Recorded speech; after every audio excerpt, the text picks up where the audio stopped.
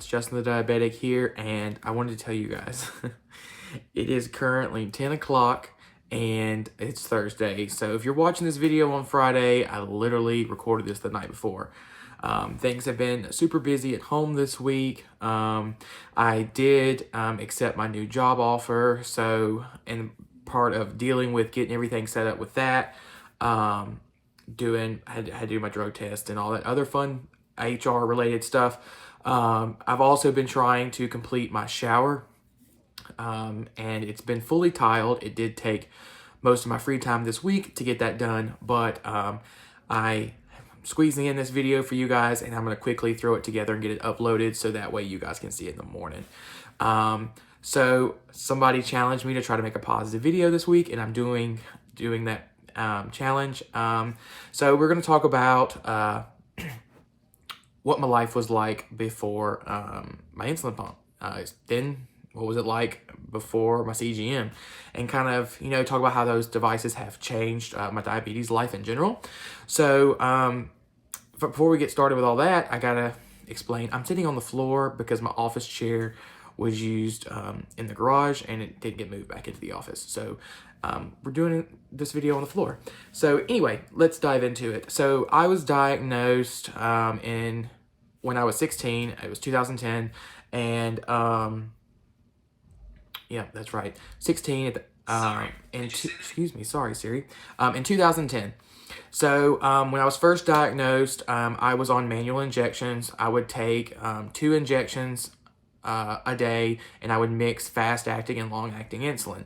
I didn't really mind the injections at first. I kind of got used to it. I didn't like constantly sticking myself, and my abdomen, where I took my injections all the time, became very bruised and discolored because of the bruising. So that was, I guess, one of the negatives and the side effects for me taking manual injections. So not to mention that when you're at a restaurant or something like that, you got to take your injection early, or you're taking it late, and vice versa. And it's just kind of a mess. Luckily, I did take it at set times during the day, so it was easy to kind of plan around and work around with, but you also had to make sure that you ate quickly after those, so you didn't have problems.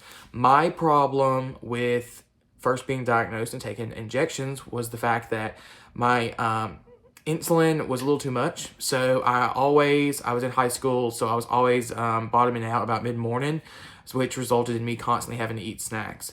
And eating those snacks caused me to put on, I believe, like 30 pounds in the first 6 months that I was diagnosed. So it was a lot of weight gain very quickly because of my insulin, what I was taking, causing those lows.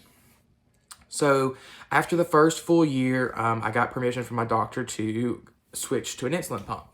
The nurse at school had seen the Omnipod and recommended it because it was tubeless, and she thought it was very unique that way. And me and my family decided that that was probably the best pump for me because I had never, had anything attached to me, and I didn't really want to deal with the tubes. We had animals, and we didn't want to worry about constantly having tube problems. So we started with the Omnipod. Benefits of the Omnipod was it stuck on you. You could hide it under your clothing. Now, I typically would wear it on my arm, and people would be like, hey, you have a ketchup packet stuck to you. And my friends enjoyed it a little more than I did. They made jokes with it. So when somebody said, hey, what's that on your arm? They're like, oh, that's his nicotine patch, or that's his birth control. Like, I'm not on birth control. I'm totally a guy, but whatever. It became a joke, and people are so gullible, and that's why they continue to do it. But a little fun in there. But anyway, so I enjoyed it. It was a little bit more discreet. It was easier to program your insulin needs, and it had its basal rates and stuff programmed in it. So we focused, once I got the Omnipod, on losing the weight that I gained. And I did lose a good significant amount of that weight that I gained, and got back down to, I think I was 190 is what I got to, 190, 200 range. And I maintained my weight there through high school. And in college, we're on year 2 and 3 now of the Omnipod. Those years, the 3 years that I was in college for my bachelor's, weren't the best diabetes years, if you guys know what I mean. At first, I was at home. I kind of had the same schedule, but I was getting away from home, I drove 45 minutes to school, and then one year I ended up staying on campus for the whole year, living there. Now I'd go home on the weekends because it was only a 45-minute drive home, but I would stay during the week for classes. So when I did that, I started to let my diabetes slip. I gained weight. I ate really crappy. I wasn't checking my sugars and all this and all the bad things that we're not supposed to do. So that resulted in my endocrinologist getting really upset with me, and she recommended that I get a CGM. So we were looking at the Dexcom. I don't remember which model was out then. It's been forever ago. But unfortunately, my mom's insurance didn't cover the CGM. So we had to look into other things. So we looked into Medtronic. And that's when I made the switch to Medtronic. I got the 530G with the Inlight sensor, and that was a game changer. You know, being able to look on the pump and see what your blood sugar value was before you ate or in class, and use that to kind of go off on with your boluses. You're not really supposed to it, but most of us, I'm sure we all do it. Just like those people never change their lancets out. So I think that I kind of got into that trend. Now, my sensors still weren't covered by insurance, but you could pay cash for them. And when we could, we would buy the sensors a month at a time and use them. So I was using the CGM about 80% of the time, but it still was a game changer from, you know, the constantly pricking of the finger. You would just have to calibrate the sensor and, you know, do a few extra checks a day. So fast forward a little bit, not much has changed. I went from the 530G to the 630G, and now I'm on the 770G. And I guess you get used to what it's like living with an insulin pump and a CGM, and you forget what it's like at the beginning. So here are the pros, in my mind, for an insulin pump. The pros are it can be discreet. For ladies, you can put your infusion sets under your clothes. I know some store their pumps in their bras, and it lets them still wear the outfits and stuff that they'd like. The Omnipod, can also be very discreetly hidden. Now, it is a little bulky, so you might be able to see it through some tighter clothing, but if you wear it on looser clothing, you're not really going to notice that it's there, especially if you wear like sweatpants and you keep it on your leg.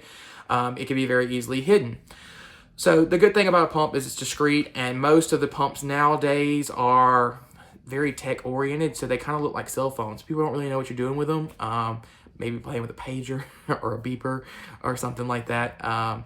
So that is one of the downsides, is they kind of look like that, especially if you have one of the tubes. But the new pumps, for example, the Omnipod 5, and now Tandem offers the mobile control app on their T-Slim. So you can use your smartphone to program your pump. And I think that's what the majority of us want. We want to look like we're living very normal lives and kind of hide our diabetes from the world. So that's a huge benefit for a pump. The next thing is you're filling that pump up with anywhere from 100 to 300 units of insulin, depending on the pump and also depending on your personal needs. So that kind of helps. You know, you're not constantly trying to tote around an insulin pen and this and that. You know, you have the pump on you and you're ready to go, and you can deliver a bolus of insulin very quickly.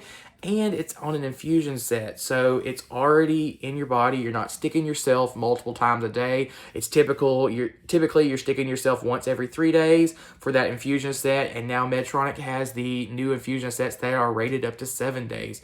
I don't have any of those. I've never personally tried them, so I'm curious myself at how those work and hold up. But I knew some of my current Medtronic infusion sets, when my insulin needs are low, they kind of get pushed into day 3 and maybe the beginning of day 5.